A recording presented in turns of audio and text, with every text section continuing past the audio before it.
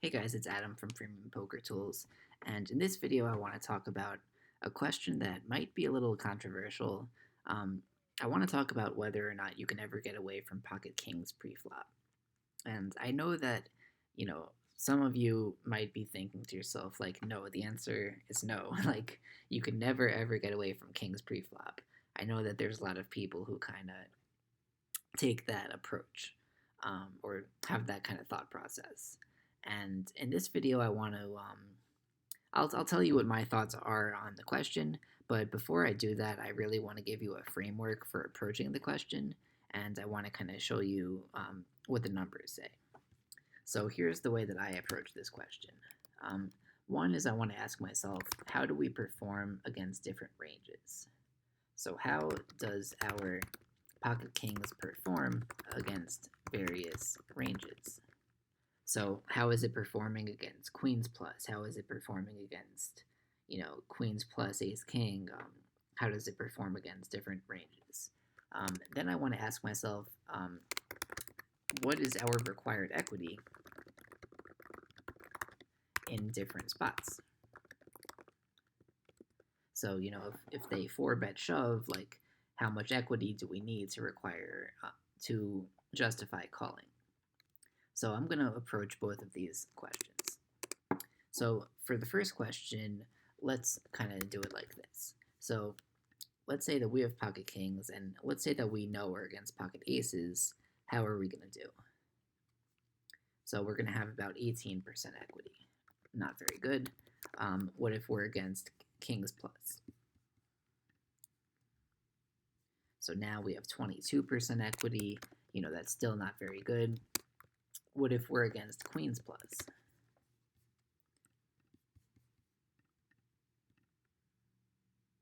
So now we have about 50% equity, and that's always going to be enough to justify calling. So, it might seem like our analysis is kind of over at this point, that we just have to think to ourselves, like, do they have queens or do they not have queens? If they don't have queens and we're against kings plus, we're probably, we don't have enough equity to justify calling in most spots. But if they do have queens in their range, then we're always going to have enough. So you might be thinking, like, oh, that's kind of the end of the question. Like, you just have to ask yourself if they have queens.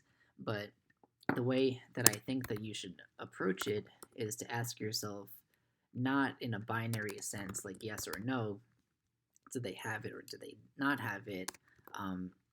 I think that you should think in terms of a spectrum. So this is like black and white. The way that I like to think about a spectrum is gray.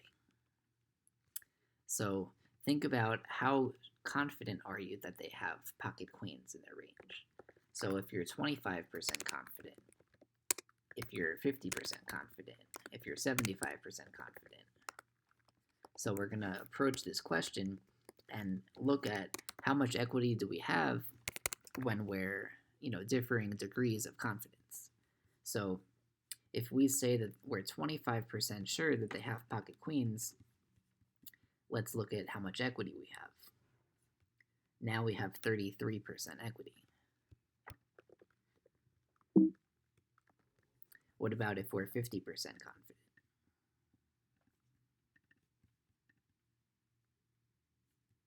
So now we have about 41%.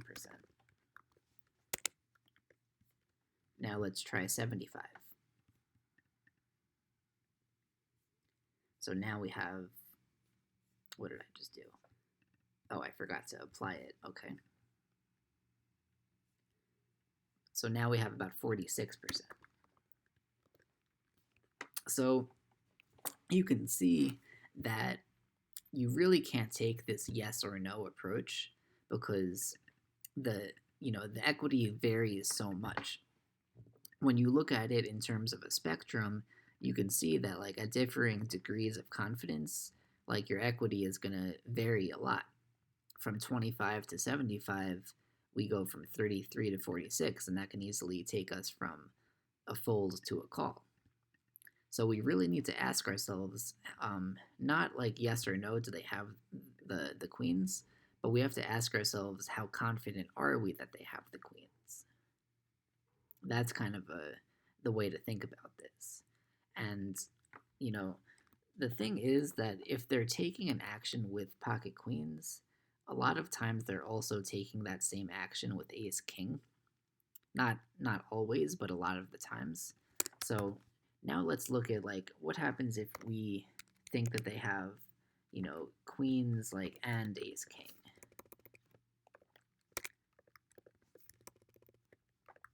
So I'll show you what I mean. So let's say that we're 25% confident that they have queens in their range and ace king. So let's see how much equity we have against that range. So now we have 40%. Let's see what happens at 50%. Whoops, I didn't apply it. So now we have 49% equity. And now if we go to 75%,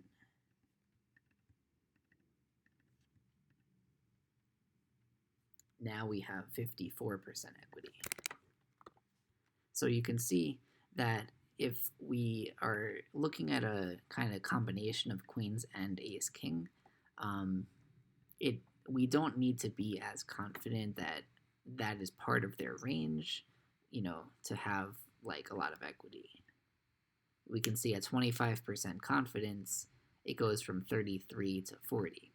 At 50%, it goes from 41 to 49. So we're kind of getting a nice boost in equity if we think that they're also taking the action with ace king.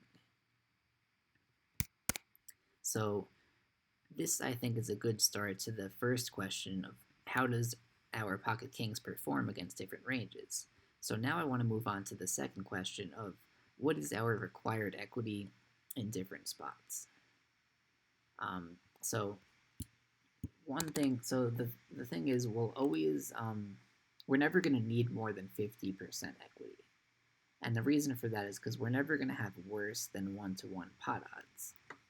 So, imagine that there's $1 in the pot and they make like a huge, huge overbet to like $1 million.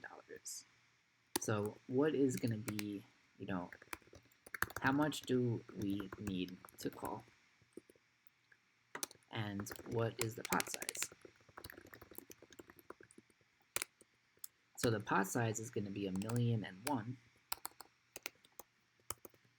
The $1 million plus the initial $1.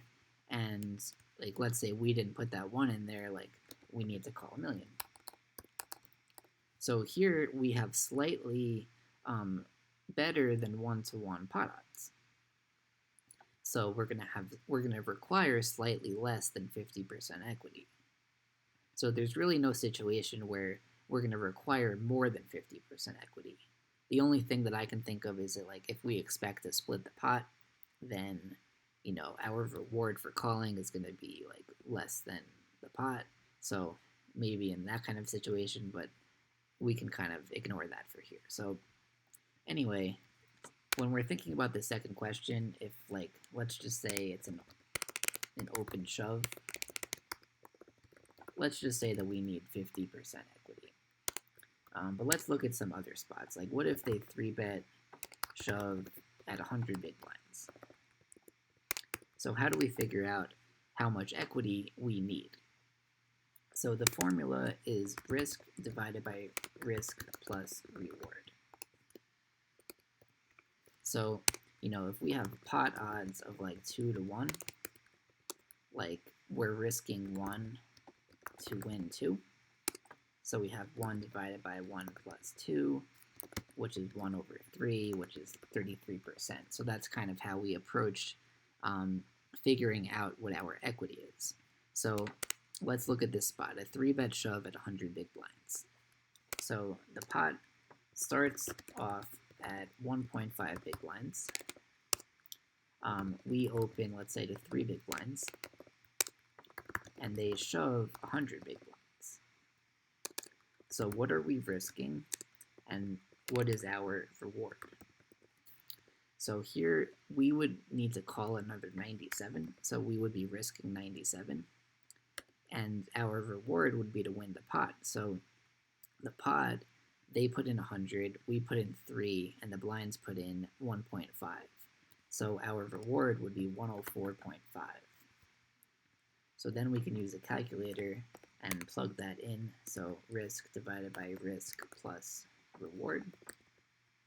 And we can see that we need about 48% equity. So I actually, before the video, did all of the math first so that I don't kind of waste your guys' time going through all of this stuff. So let's see, I'm going to copy and paste all of this stuff here. So we can see that, against an open shove, we need 50%. 3-bet shoves when we're kind of deep stacked at 100 or 50 big blinds, 48, 46%. Once we're shorter stacked, at 25, 15 big blinds, it's closer to 40%. As we get down to 10, it's closer to 30, 33%. When we're facing a 4-bet shove, 100 big blinds, 45%, etc., etc. So facing a shove, these are the numbers we have. Facing a raise, things are a little different. I want to talk about that.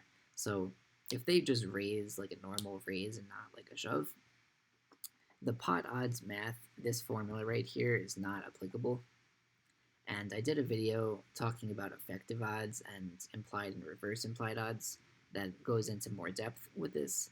But basically the idea is that when we call the bet, like let's say we open to 3 and they 3-bet to 10, we put 7 more big blinds in, we don't get to see a free showdown.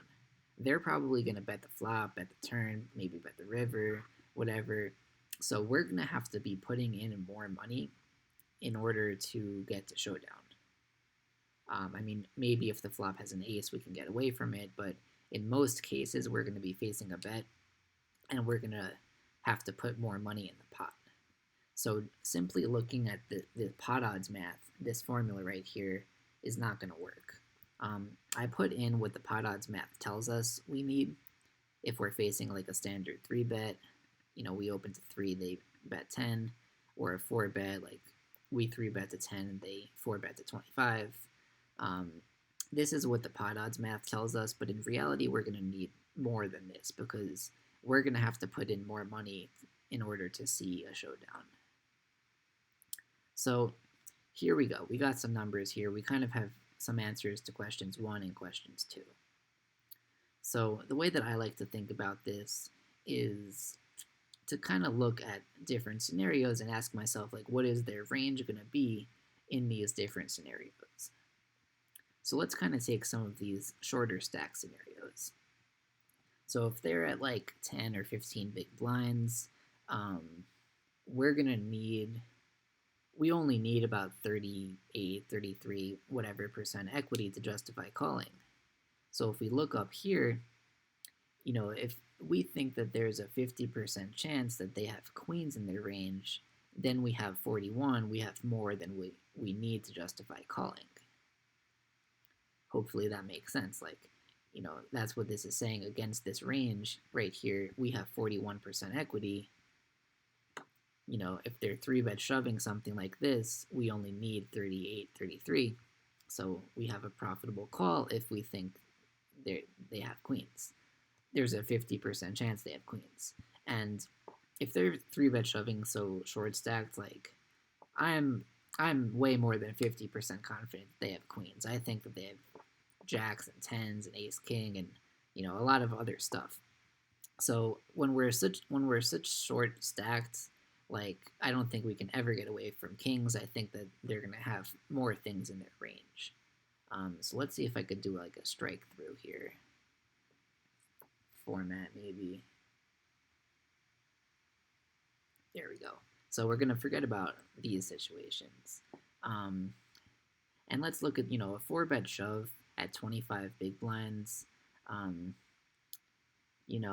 can definitely, when we're so short stacked, I think there's a pretty good chance that they have queens in their range.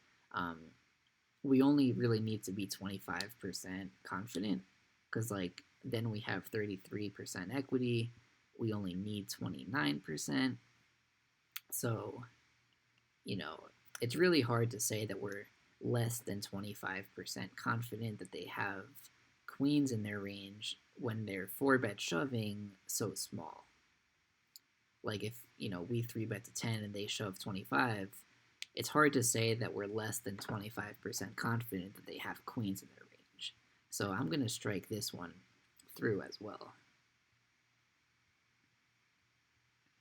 So now we can kind of get up to these kind of situations. I mean, what if they're 3-bet shoving at 25 big blinds? At 25 big blinds, we need to be kind of, more than 50% sure that they have queens in their range. Or if we are looking at like queens and ace king, we need to be like more than 25% sure that they have this in their range. And at 25 big blinds, that's pretty short stacked. Like, I think that when you're short stacked like that, even 30 or 40, people are shoving queens and ace king. It's pretty rare that you're against someone who isn't shoving queens and ace king. So I think that we can cross this one out as well. It's really hard to get away from kings in this spot. So let's do that. Now we kind of are starting to get into more difficult scenarios. Let's look at like what happens if they're 4-bet shoving at 50 big blinds. So like, or they open to 3, we 3-bet to 10, and they shove 50. So let's talk about that. So we need at least 39% equity. If we're even 25% sure that they have queens and ace king, like, then we're good. And in this kind of situation, like, we 3-bet to 10 and they just shove their 50. I don't know. I guess that there's some people who you can have a read and say, like, they're just not doing this with their nut hands. Like, maybe you can reason to yourself that that they know that it's a short SPR, so like they're gonna flat with their aces and kings and stuff, and they're only 4-betting as a bluff. Like, maybe you can reason that. I don't know. I think it's a little bit tough to say that they're not shoving at 50 big blinds with like this kind of stuff. So I'm gonna go ahead and cross this one out too. Again, at 39% required equity, if we're even 25% sure that they have queens and ace king in their range, then we're good. And I think it's pretty hard to get away from it in this spot. I'm going to do this. So now we get into a little bit trickier spots. Like, let's just look at this one right here. 3-bet shove at 100 big blinds. So here we need 48% equity to justify calling.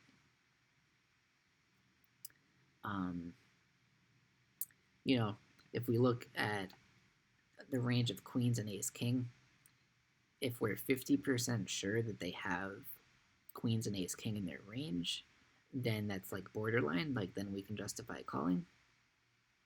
But at 100 big blinds, like, it is possible that you can put them squarely on pocket kings and pocket aces. So like maybe you're not this confident.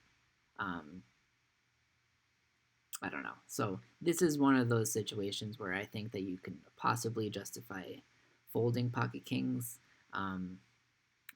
It depends on your opponent. Like, I'm kind of leaving this one to you. I think that this is a little bit opponent specific, and you have to think about what is your opponent doing. At 50 big blinds, I think it's kind of similar. I can see certain opponents where, like, you just don't think that they're shoving like this with anything, worse than pocket kings.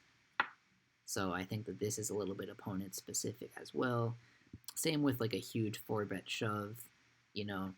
It's possible that they are never doing this with pocket queens or ace king. Like, they were only doing this with aces and kings. So maybe like you're only 10% sure that they have like queens and ace king.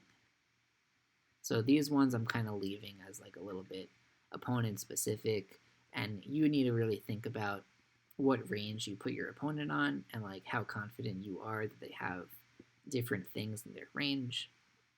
Um, so yeah, that's kind of my take on whether or not you can ever get away from pocket kings.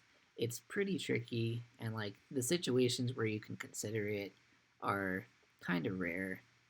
It's not that frequent that they're just three bet shoving 100 big blinds. Like normally you would three bet to a more standard size. Um, but yeah, hopefully this video gave you a good framework for thinking about the question. I don't really mean to try to like answer the question. I want to leave that more to your judgment. I just wanted to kind of show you how you can approach the question. And the way that I would approach it is by asking these two questions of how do you perform against different ranges? And then, you know, in different scenarios, how much equity are you going to require? So hopefully that video was useful to you. I know that it was useful for me to kind of make the video. Like the process of doing that helped me understand these spots. Let me know if you guys have any questions. You can find my contact info over here. So again, thank you guys for watching and have a good day.